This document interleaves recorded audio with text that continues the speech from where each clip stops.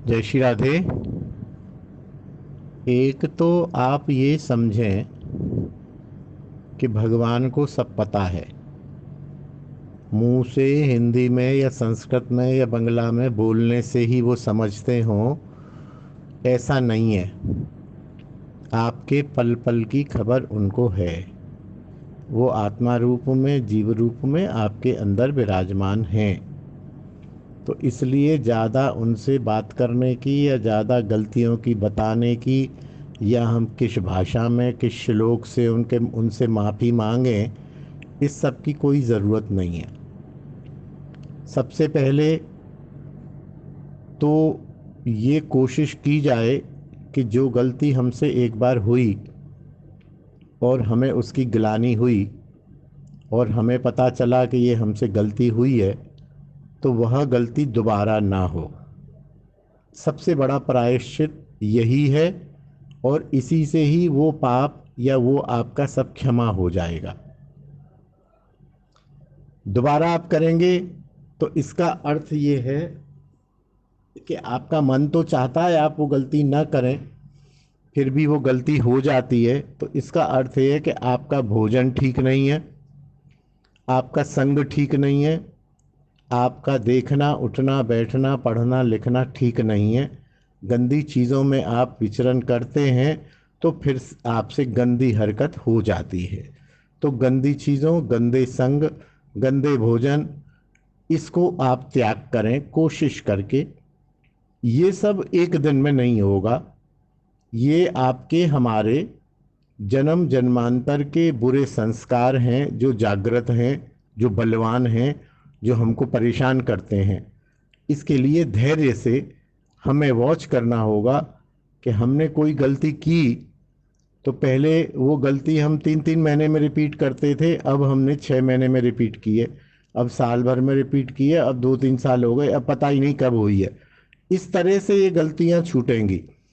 तुरंत जो आप कर सकते हैं वो भोजन की शुद्धि कर सकते हैं। भोजन को शुद्ध करें। मिर्च मसालेदार, तीखा, चटपटा, भरपेट गले तक भर के भोजन ना करें। कम से कम भोजन करें। भोजन किए बिना हम मरें नहीं, बस इतना भोजन किया जाए, हमारा शरीर चलता रहे, जिससे हम भजन साधन कर पाएं। रूखा सूखा हल्का, कम से कम नमक मिर्च मसाले का भोजन यदि हम करेंगे तो हमारा मन सात्विक रहेगा, शुद्ध रहेगा, और गलती होने की संभावना तो होगी ही नहीं, बल्कि भजन आदि में भगवान में हमारा मन लगने लगेगा। भोजन और संग बहुत महत्वपूर्ण है। तीसरी बात यह है, ठाकुर से मन ही मन ये प्रार्थना करें, ठाकुर मेरी कहाँ औकात, मेरे में कहाँ शक्ति कि मैं अपने आप को शुद्ध कर पाऊँ। मैं अपने आप को कैसे इस लायक बना पाऊँ कि आपकी सेवा, आपके चरणों की सेवा मुझे मिले। मैं तो जैसा हूँ, पापी हूँ, तापी हूँ, अपराधी हूँ, जैसा हूँ मैं प्रयास में लगा हुआ हूँ, लेकिन मुझे मालूम है कि मैं पता नहीं शुद्ध हो पाऊँगा नहीं हो पाऊँगा। तुम तो मेरे को जैसा हूँ वैसा ही शुद्ध करो, क्योंकि तुमने ऐसी कोई शर्त कहीं बताई नहीं है शास्त्र में कि व्यक्ति शुद्ध होगा तभी मैं उसको स्वीकार करूँगा। मैं जैसा हूँ वैसा ही आप स्वीकार करोगे, ये आपने अनेक स्थानों पर कहा है। तो शास्त्र कहता है ठाकुर आपको ऐसे ही स्वीकार करेंगे, लेकिन इसका अर्थ ये नहीं कि आप अपने आप को शुद्ध सदाचारी सात्विक बनाने का प्रयास करें। क्रिया करें, बातें नहीं बनाएं। कैसे कहें, किस भाषा में कहें, क्या कहें, ये कहें क्या, कहने को वो जानता नहीं है कि आपके मन में क्या चल रहा है, वो सब जानता है। आप केवल अपने आचरण को, अपने भोजन को, अपने संग को, अपनी वृत्तियों को धीरे धीरे धैर्य से, कितने जन्मों से आप बिगड़े हुए हैं, मैं बिगड़ा हुआ हूँ, तो 10 5 20 15 साल सुधरने में लगेंगे। टाइम लगेगा भैया जी, 4 दिन में कुछ नहीं होगा। तो धैर्य से लगे रहो, अपने आप को सुधारते रहो, और सुधरें चाहे नहीं सुधरें, ठाकुर हमको इसी अवस्था में स्वीकार करेंगे।